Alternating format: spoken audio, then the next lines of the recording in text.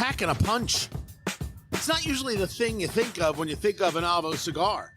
AVO Heritage, the musician, the cigar manufacturer, the story, the bit of legend, and the work that he did with Hendrik Kellner in putting together the AVO Heritage. It's Eat, Drink, Smoke. I'm Tony Katz, and that right there is America's favorite amateur drinker, Fingers Malloy, the AVO Heritage, the Special Toro, which is a 6x60, which means it's 6 inches long. Tee-hee. Always makes Fingers Malloy laugh.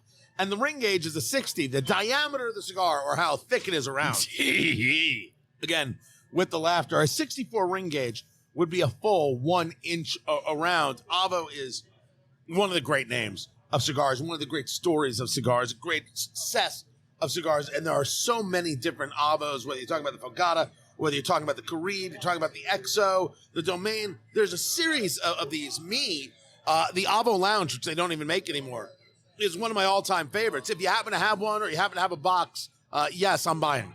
I just want to say that for the record. And then, of course, there's the AVO Classic. But the Heritage is a strong puppy, full-bodied cigar. And the way you can tell this with AVO is look at the box, and in the bottom right corner of the box, when you open it up, you'll see musical notes. AVO was a musician, and it's an homage to him. And you take a look at how many notes are filled in, that's the intensity scale. So if you only have a 1/4 note, it's a very light cigar.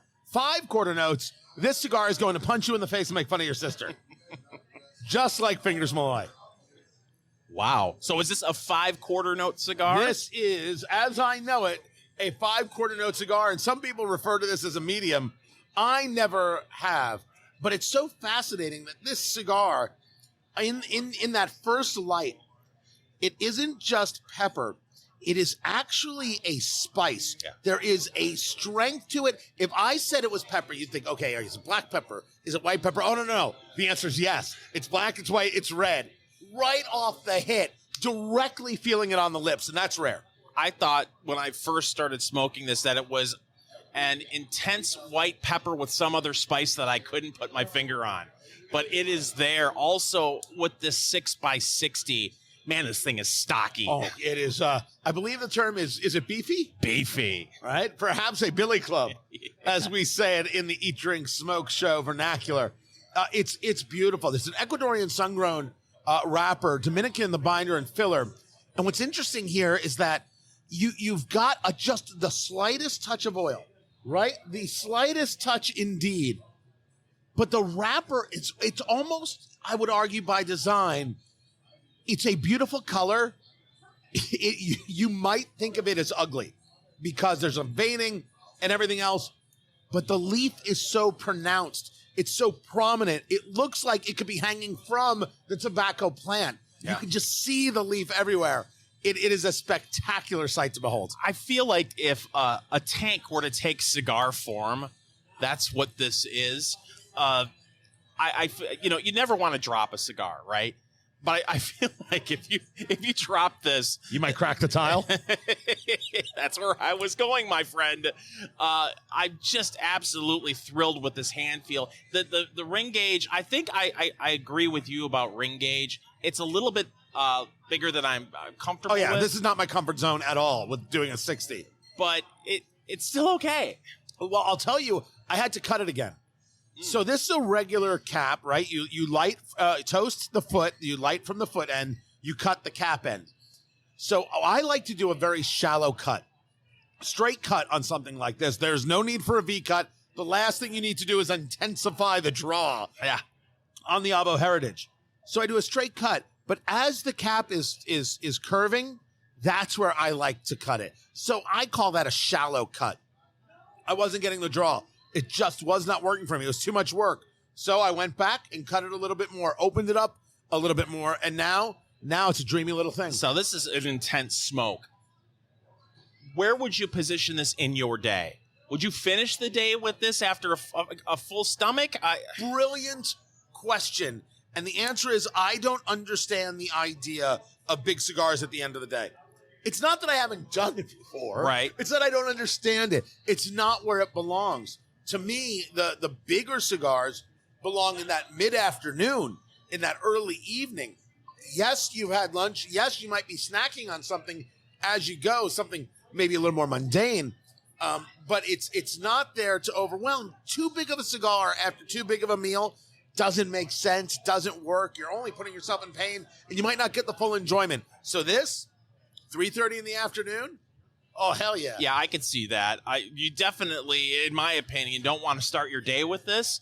And also, when you have something like this, it throws off my sleep. I don't know if it throws off your sleep, Tony. Where if I were going to have this my normal bedtime was 10 o'clock and I lit this up at 8, I just feel like between how the enjoyment of this, to how full it is, how it you don't want to say it punches you in the face. I feel like this will keep me up a little while. So, and any time you're having a tobacco product, just natural nicotine, things like that, it can absolutely affect your sleep. And it also will depend on what you paired it with. And so all those things can right? Did you pair it with coffee? NyQuil. How much NyQuil? Well, enough. It did the job. Then you should be fine. Then everything should be okay. I don't even know what you're asking. By the way, pull out your notebook. Time to start taking notes. What did you eat today? What did you drink today? It started off beautiful here in Indianapolis. We're talking about 60-degree weather. Then it became a little bit overcast. And after the cold we've had, this has been joyous for the month of February. What did you eat? What did you drink? That all has an effect on your palate and how you taste things. And then break the cigar in your mind into thirds. First third, second third, and final third. Write down those flavor notes. What are you getting out of it? Doesn't matter how descriptive, or maybe you'd like to go simple. Just write it down. When you have the cigar 3 months or 6 months from now, you do the same thing. You go back and check the notes, and you'll start seeing your through line. What is your palate really telling you about this cigar? The AVO Heritage. We're doing the Special Toro right here, which is the 6x60. Smoking absolutely beautifully, as an AVO always does. Now, the Special Toro, in the notes that you've read, is this something that is in limited supply, or is this something that people should be able to find if they carry AVO at their favorite lounge? I don't think you're going to have any problem finding this cigar. In any place. I think it's a very easy find. It's an online find. And the question, Fingers Malloy, is it in your humidor for between $11 and $12 a stick? AVO is a I don't want to say it's a value, because that's kind of denigrating the brand, and that's not it. Because for a lot of people, $10, $11, they'd rather be $7, $8. So this is a little bit up. This is a really good little bit up. AVO is a brand that no matter who you are, no matter where you are, if someone offers you one, you'd be like, great, because you know what you're going to get. You know it's going to be a quality stick, whether it's the Fagata or whether it's the classic. Oh, I keep classics in my humidor all the time. AVO, have faith. Have total faith. It's a big stick. And right now I'm starting to get a bit of that tobacco forward with a touch of cream underneath. Everything is working so far. We'll see how we feel when we get into the second third of this AVO Heritage Special 6x60. You've got questions, we've got answers, which I'm pretty sure I stole from a commercial, and we're about to get sued, Fingers Malloy. I think it's for NyQuil. No, there are no questions. And there's no answers. There's only sleep. Passing out. Forgetting about your children. NyQuil. What can it do? We are a terrible influence. It's Eat, Drink, Smoke. I'm Tony Katz. That is Fingers Malloy. Let's Go Bourbon. Let's Go Barbecue. Our 2 books available at Amazon.com. Now for purchase. Nothing says Valentine's Day like Let's Go Barbecue and Let's Go Bourbon at Amazon.com. When I think romance, I think smoked meat. And the way to cook smoked meat, the way to smoke smoked meat, the best way to learn about it is to go to Amazon.com and pick yourself up a copy of Let's Go Barbecue. 1 copy? Did I say 1? I meant a baker's dozen. A baker's dozen? Did I say a baker's dozen? I meant 35. That sounds right. Let's Go Barbecue, available at Amazon.com. You've got questions. We've got answers. We have a question from someone from Eat, Drink, Smoke Nation. Fingers, what are they asking? This was submitted on Instagram, Tony. Where you can find us at Eat, Drink, Smoke Podcast. Yes, sir. It's from FCH 1979. I don't think you're allowed to say that on radio or podcast. I spelled it, and it's not I mean, what did CH ever do to you? That's true. The question is this, Tony. I've always heard you never light a cigar with a lighter or torch. You only ever use a piece of kindling, like oak, cedar, or maple. Do you think this would or could affect the body of the cigar? This is a fantastic, fantastic question, because the answer is no.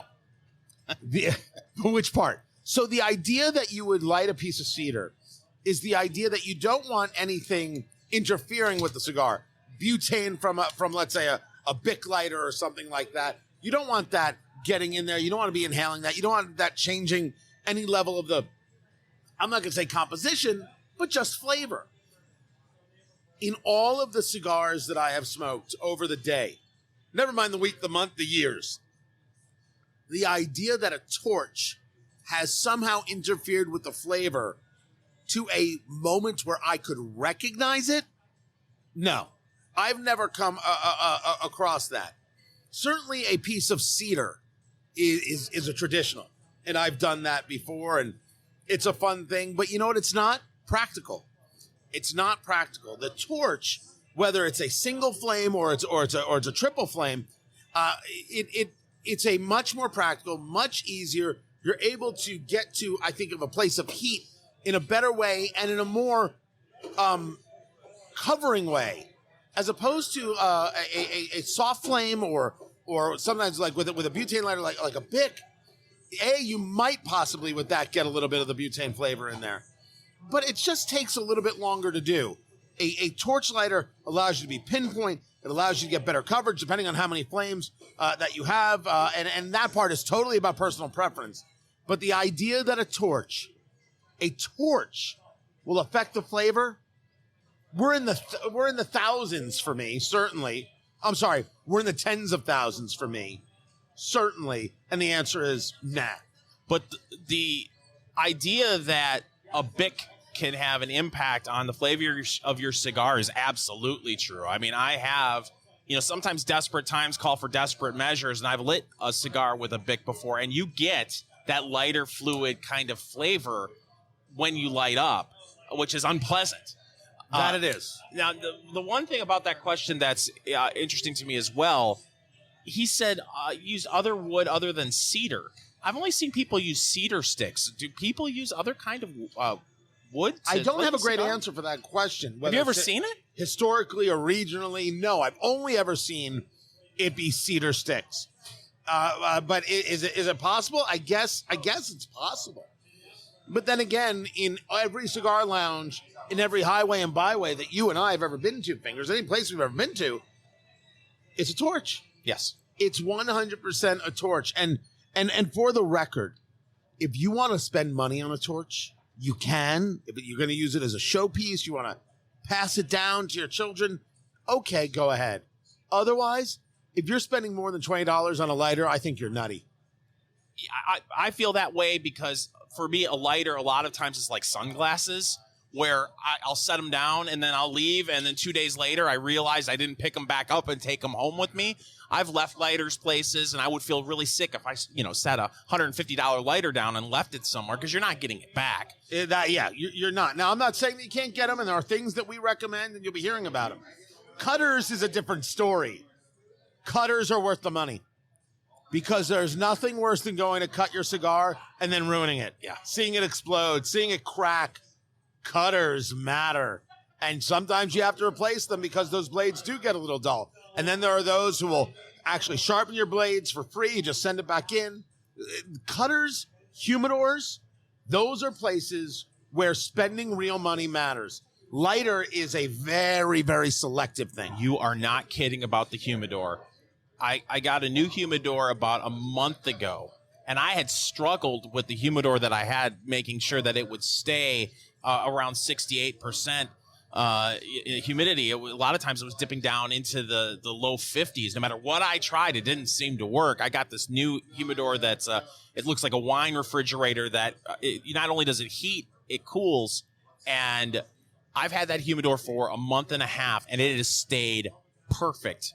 And there's such a difference in the quality of the cigar smoking experience when it's properly stored. Your conversation is interesting because you said 68. I'm a 72 to 75 guy. Okay. 68 for me is a little too low. And that is all about personal preference. Now, when you're using one of these refrigerated humidors, which they do work, I happen to have one in addition to some other things, and I have a massive humidor as we build out the new studio. I have a 1,700 count humidor that I cannot wait to season and then live in. I'm going to go into that thing and change into my superhero costume like it's an old school phone booth. Can we have a moment of honesty here? Could we? Sure. When it's all done, the studio's done, and that humidor. Am I going to roll around naked in it? Yes, I am. I wasn't going to go quite that far, but you're sleeping in that room at least the first night, aren't you? Yes, I am. Like it's my first time camping. Oh yeah, there's going to be snacks. I'm going to stay up all night. I'm going to watch the sunrise. That's what I'm going to do. So I have one of these refrigerated humidors, and they're very popular right now. These things you have to keep an eye on them. And one of the weirdest things is you might find yourself needing to every other day open it for 2 minutes. Mm-hmm. The seals are so good that you have an opportunity to create issue. Too much moisture, over humidification. You got to air it out a little bit, get some air in there because of the seals, because it doesn't have the natural ebb and flow of a traditional humidor, which is a really weird thing to think about. But guys, they work. They work. Yeah, you're right, because at first when I was tinkering with it, it was staying at around 80, between 75 and 80%. And I noticed my cigars were getting spongy, a little spongy. Now it's perfect. And you got to work it. Yep. You have to work it till you find your place. What is it that you like? It's a very, very personal thing. Then again, if you light with a torch and you don't like the way it tastes, light with a stick of cedar. There's no judgment. But we love the question, F, and we thank you for it. Sometimes it's not bragging. Sometimes you just don't understand how bad the thing is you're showing off. It's Eat, Drink, Smoke. I'm Tony Katz. That is Fingers Malloy. What are you looking at me for? Southwest Airlines. The same people who want to give a whole row to people who are overweight. Sorry, you got kicked off the plane because somebody else needs all 3 seats, but they don't pay for them. Oh, that story still sticks with me. They showed off in a video how they're cleaning up their jets, and they're going to have the new fleet, and they've got the enhanced customer experience, power outlets, larger overhead bins. But you take a look at the seats, and you're like, man, that's not much room. That is not much room, and people are started complaining. Exactly how close am I to the next person? How many more seats did you fit on this plane? See, it's interesting that people are focusing on that, and I can understand it. I'm 6'3". I weigh 170 pounds. Yes, you do. And I look at that thinking, wow, I'm going to be cramped in that seat. But the other thing I notice is you look at the thickness of that cushion, and man, that looks like a horribly thin cushion. Yeah, the seat itself is so much thinner. But to discuss technology for a moment, cushion technology has increased vastly in the past 20 years. We can thank the space-age polymer. We've got memory foam. We've got microfoam. Seafoam. Of course. All the foams are represented. And of course, there is what is known as the Lindell Leap. What Mike Lindell and his MyPillow technology has done for the comfort industry. It's like the 5,000-year leap, but in pillows. That's the Lindell Leap? Why? What were you going to call it? Moving on. So maybe you still get the comfort level, even though it's thinner. I won't know till I sit in it. But man, you are right. It looks small and uncomfortable. And is there room to stand? There was I forget the name of the CEO, and I forget the name of the airline. Is it true that you wanted to take toilets, or at least the front toilet off the plane. And he said, absolutely true. It would allow us to put in X more seats and would allow us to reduce the cost of a flight by X number of dollars for every single customer. There wasn't an apology. It was, I understand the economics of this thing and you're a moron. And then someone asked, is it true that you wanted to be able to have a way for people to stand during the flight? And he goes, absolutely, we could do this and add this much more, reduce cost by this. Is it safe? Totally safe.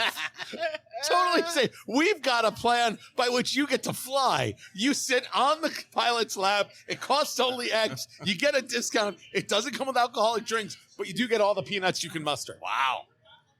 I'll tell you, this all sounds wonderful. The future of tomorrow, today. I swear to you, if I don't get a private plane and that right soon, I'm going to lose my mind. But here's the thing when it comes to Southwest and looking at these seats. They look terrible, right? But they may very well be comfortable. Maybe they do look uncomfortable. I mean, just the visual. Yes. The way you get seated on a Southwest flight now is, you check in and you get your letter and number assigned and you're standing in line.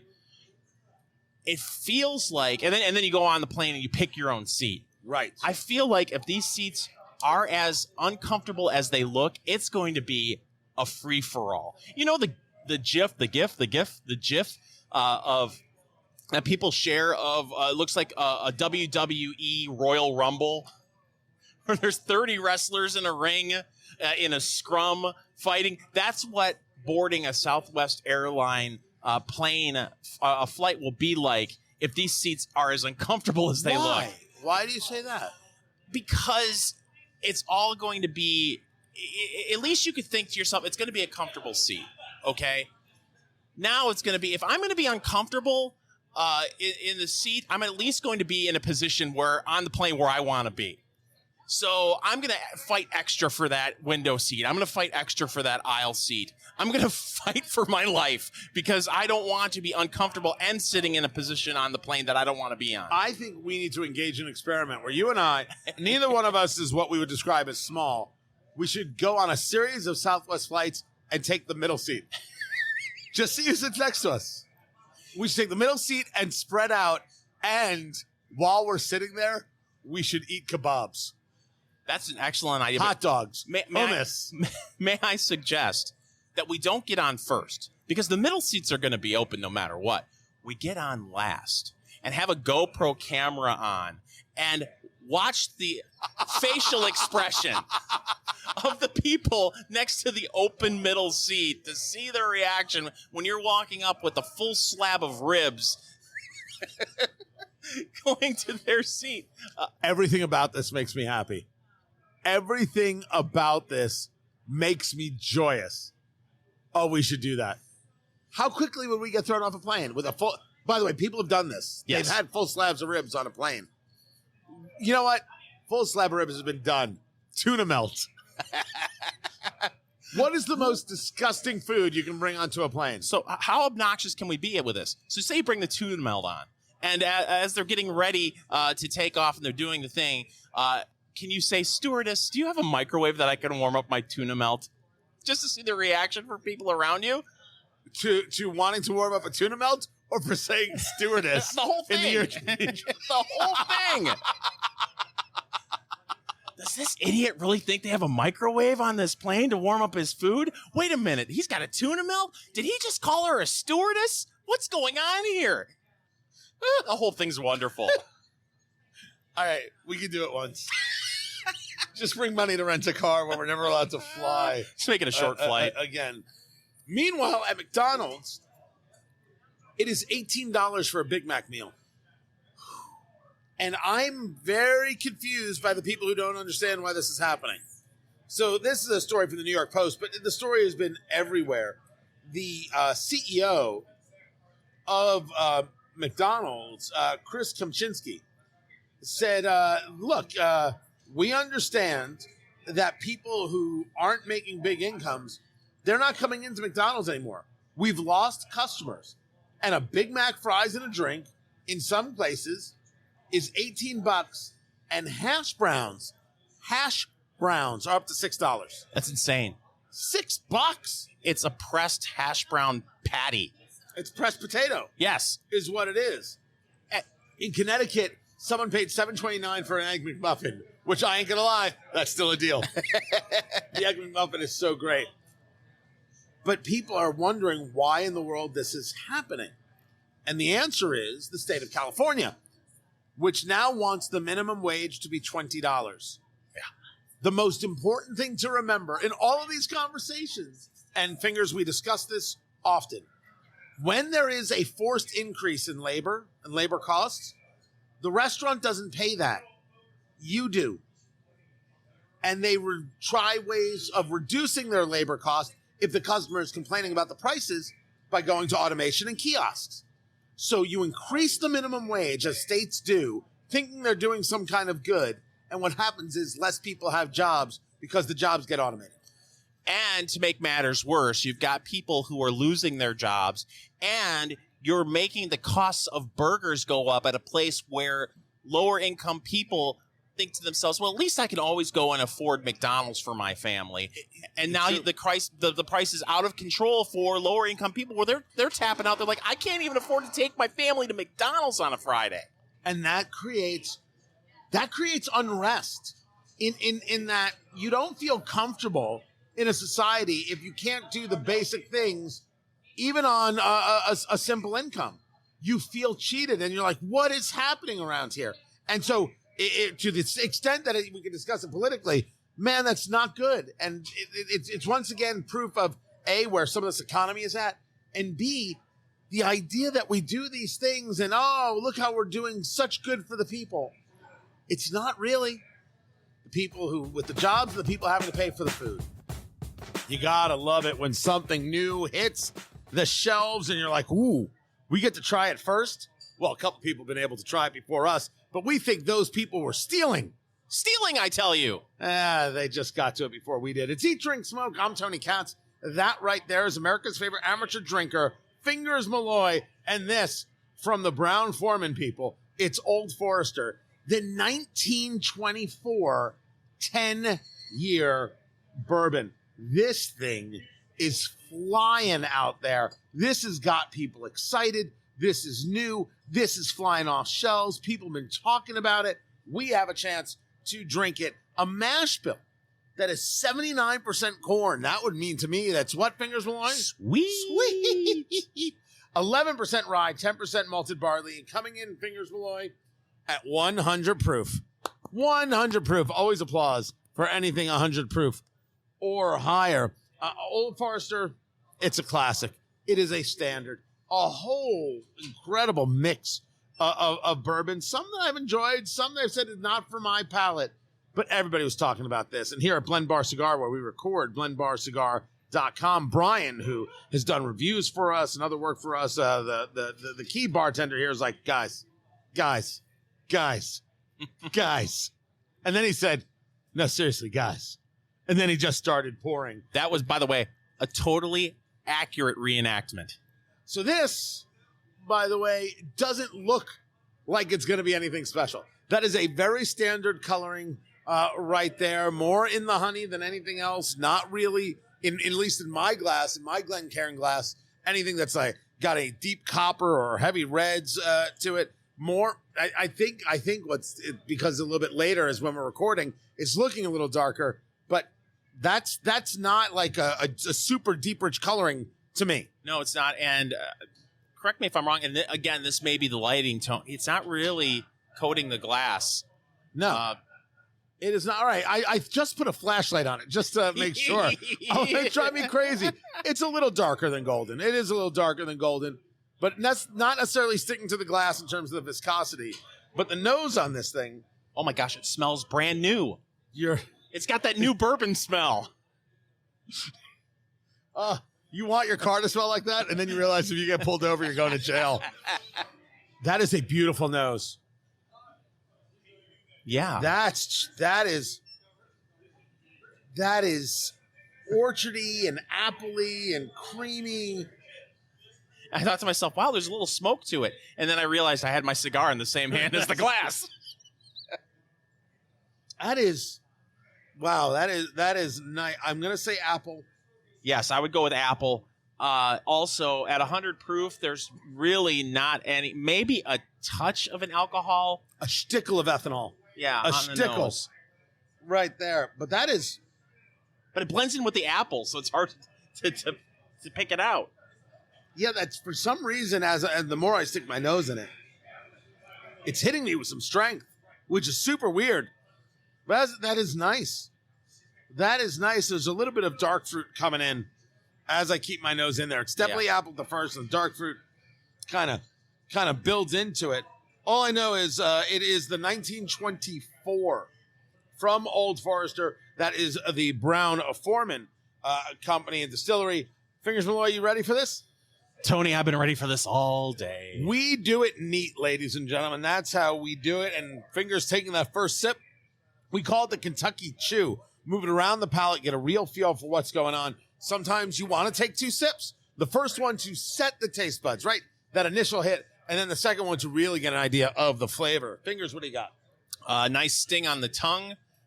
That lingers, a little bit of heat, but not much going in to the chest. That dark fruit is there.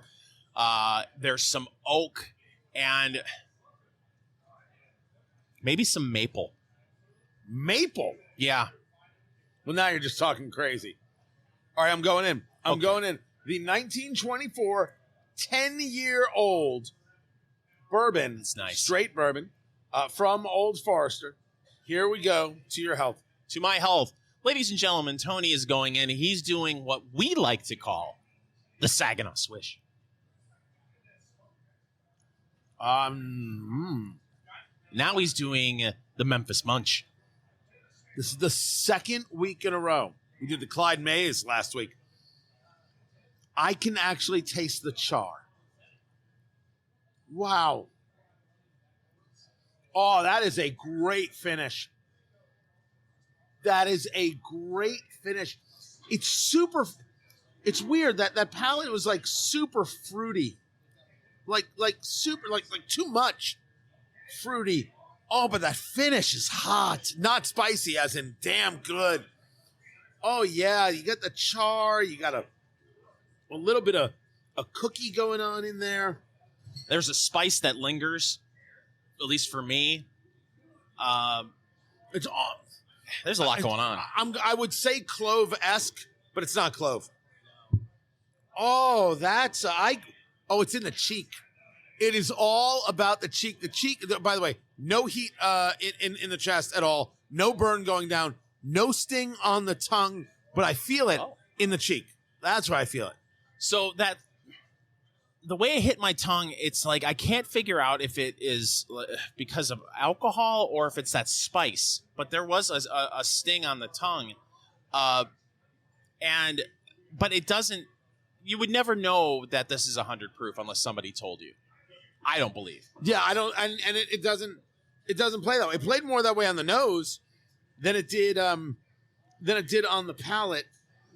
Super like moving fruity. Like, and I'm not saying that in a bad way. It's just that little bit of that bit of dark fruit that it's funny. You don't get apple on the tongue, but it's moving through.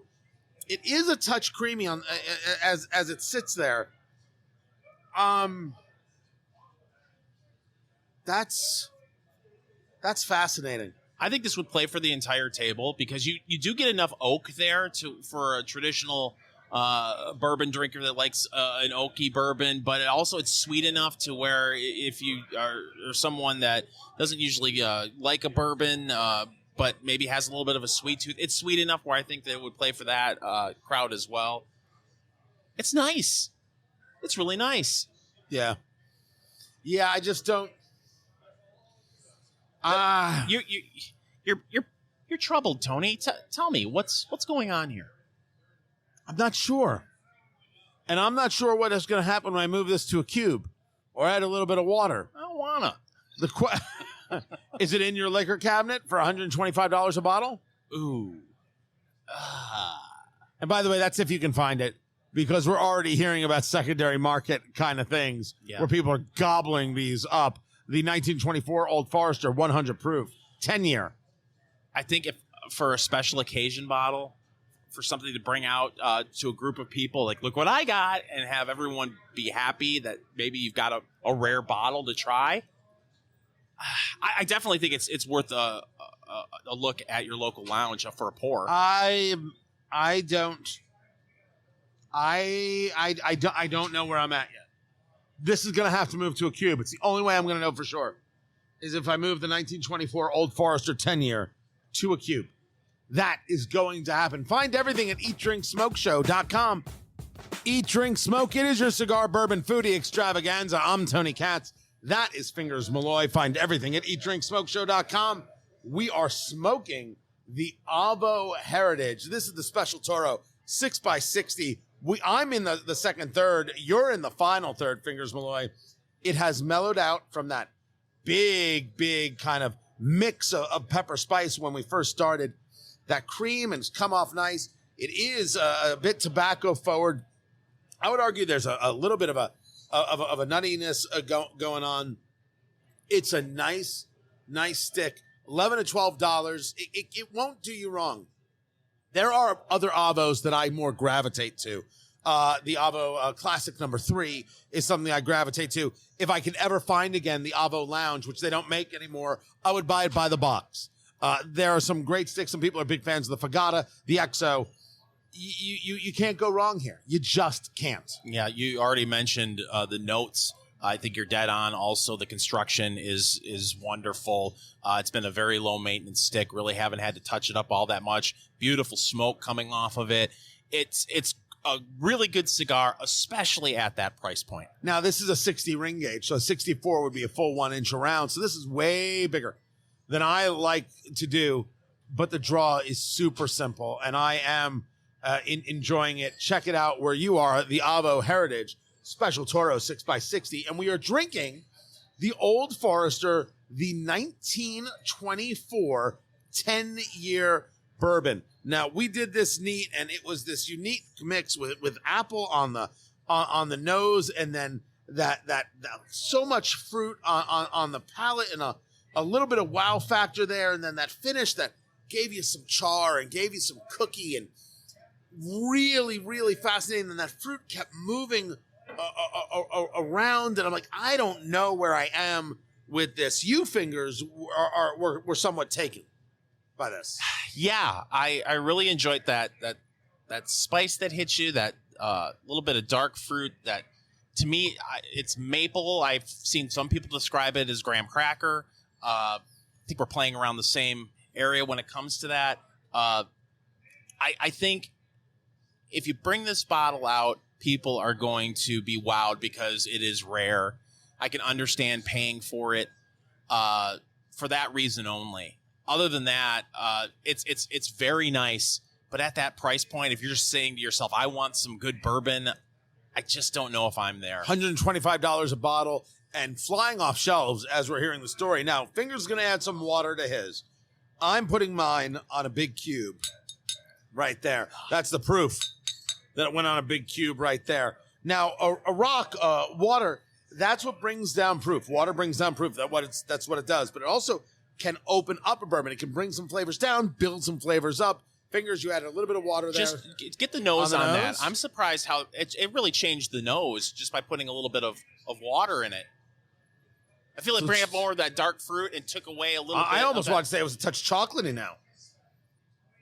Maybe that is the darker fruit, but it's not as apple as it was. No, and there's not that little hint of ethanol alcohol on the nose either.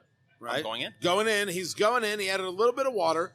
It will change the complexion of the drink. You want to try it these ways. See which one works for you. Something that you might only think is okay can really be something that is your favorite when you make these little changes. To me, it brought out that spice that was there before. It brought it out a little bit more. It muted the dark fruit a little bit and brought out more of the oak.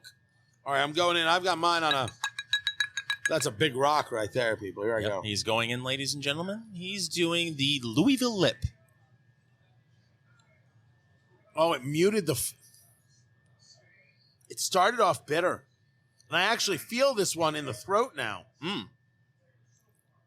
It's better. Okay.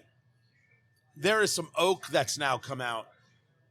That's nice.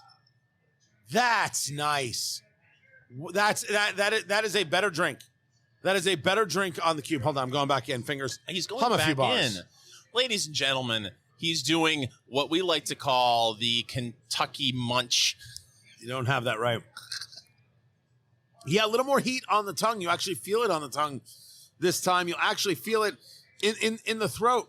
Oh.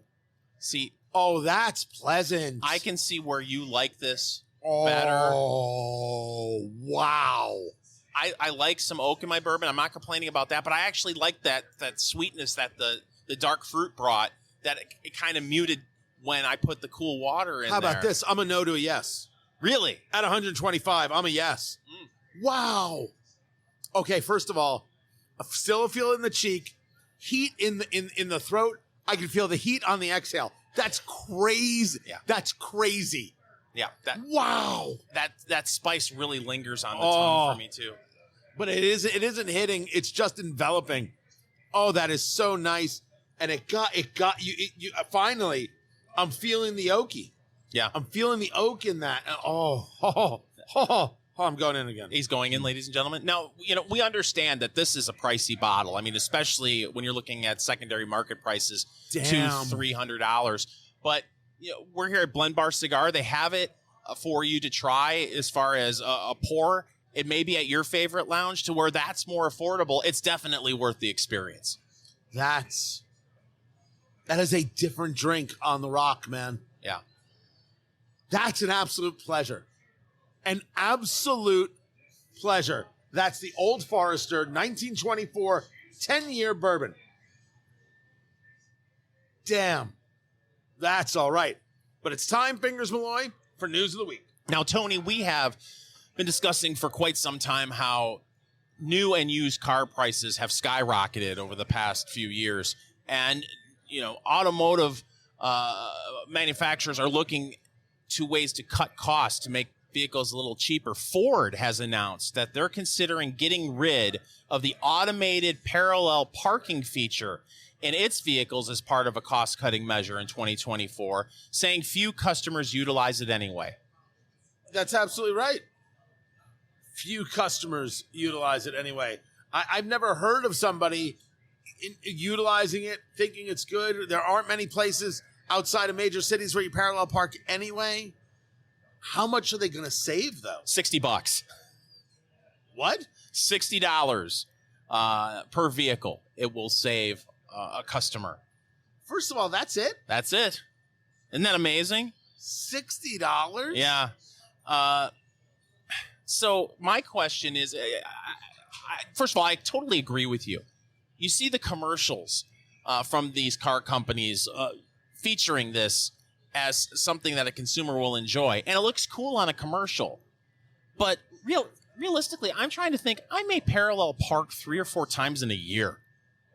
And I live in suburban Indianapolis. I go into town where I've got a parallel park, but it's really rare. So I could totally see where it's one of those things where you say to yourself, wow, that's a really cool feature. And then 2 years of owning the vehicle, you're like, I've used this like twice. Right. What am I paying for?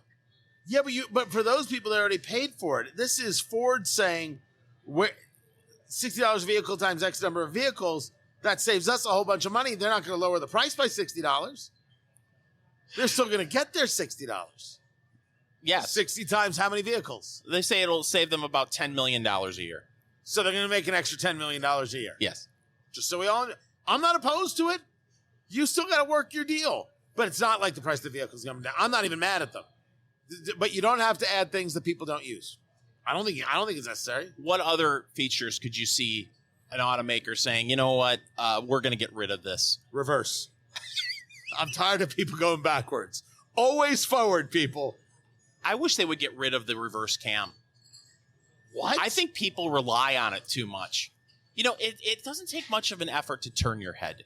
Now, I understand that I don't need the hate mail. I can't turn my head. I get that there are some people who it's very difficult at an advanced age to do that. But I feel like some people rely on it a little too much and may cause problems in the parking lot. Fingers at eatdrinksmokeshow.com. That's where you email him for that ridiculous idea. It costs $700 per car. I just made that up. This is Eat, Drink, Smoke. The big Super Game Bowl football thing. How exciting. Just don't want to get sued. It's Eat, Drink, Smoke. I'm Tony Katz. That's Fingers Malloy. Get everything at eatdrinksmokeshow.com. Come join what we're building over there. Of course, the big game means food, means the snacks, means gaining weight. I will tell you, I am doing a brisket. I am ready. I've got a 15-pound prime brisket ready for me. I cannot wait, Fingers Malloy. We will eat good in the neighborhood. Huh. So you focus on the meal. Well, no, not really. Brisket can be anything. Sure. You know, if I serve it as a platter, it's a meal. If I serve it on a bun, it's a sandwich. If I just cube it up, it's and put some toothpicks in it, I'm a genius. There's nothing brisket can't do. Okay.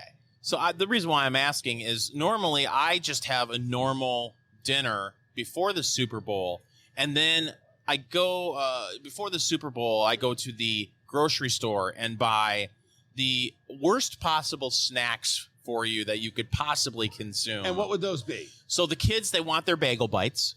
So you got to have the bagel bites. Then you got to get the taquitos, the frozen taquitos, and the frozen mini tacos. What about the Tostino pizza rolls? Yes, pizza rolls are always a staple in the house to begin with. Also, what? Are they really? Oh, my youngest.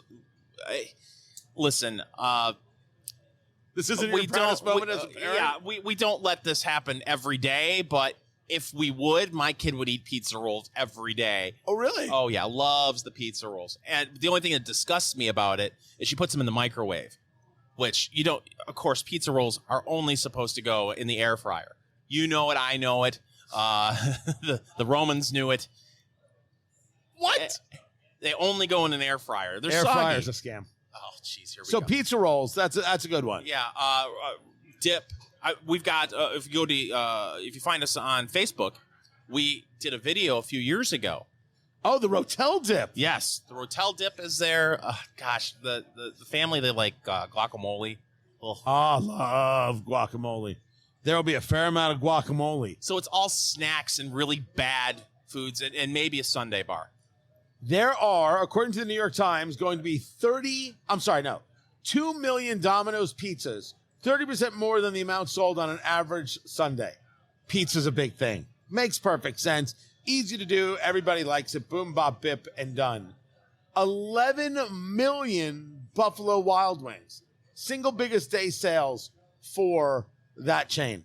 I've never been. No, wait. I've been once. Didn't have the wings.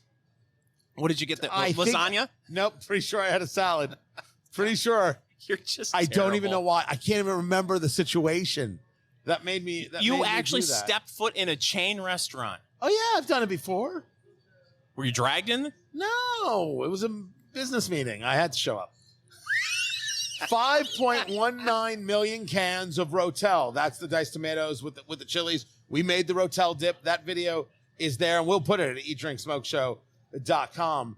4 million pounds of Velveeta. I actually saw someone I know in Texas found at a Kroger, which is a supermarket, Ralph's in some places, I guess, different names. It was boxes of Velveeta, and it was on sale. 40 boxes. Filled their cart with Velveeta. That's a lot of almost cheese. Never going to go to the bathroom again. Never going to go to the bathroom again. Then there's what it is that people swear by, and their Super Bowl recipes. And the question is, Fingers, would you make the crispy loaded Hasselback potato? This is from BuzzFeed. The David Hasselback? No, that's a Hasselhoff. Oh, no, I what is that? It's a Yukon Gold potato. And then you roast them in the oven until tender. But you've put like little slits in it. You've created little grooves in it with a knife. And then you but not all the way through. Then you stuff those with cheese and bake them until they're melted. And then out of the oven, you add sour cream and bacon and scallions. So it's a potato skin for people who are too lazy to like carve out the potato. Yeah, you lost me at roasted potatoes. Now, What if do they you- were deep fried or put in the air fryer, then I would be all in. So I'm going to assume that the artichoke dip bread bowl is out of the question. Is that served in prison? Yes. Yes. It's served in the finest prisons. is what it's served in. I'm assuming you don't want to hear about the sticky sesame cauliflower wings. Where's this list from? Oh, California, clearly. Do we have any tofu dish coming up next? Well, let's see. Hold on, let me check it right here. Cheeseburger tots. Okay. You take tater tots, mash them into mini muffin tins to create little cups. Then you fill it with a mixture of cooked ground beef, sautéed onions, whatever condiments you like, and cheese. And then you bake them. Okay. I'll buy that. Now, you've been to a Super Bowl party or 3, correct?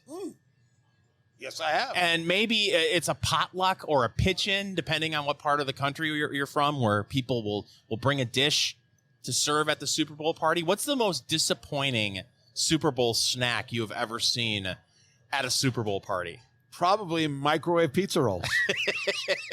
That's a callback, ladies and gentlemen. I get paid to do this. Most disappointing. Oh, fruit salad. You don't like fruit salad? At a Super Bowl party? What are you, out of your skull? Fruit salad should be part of the food pyramid.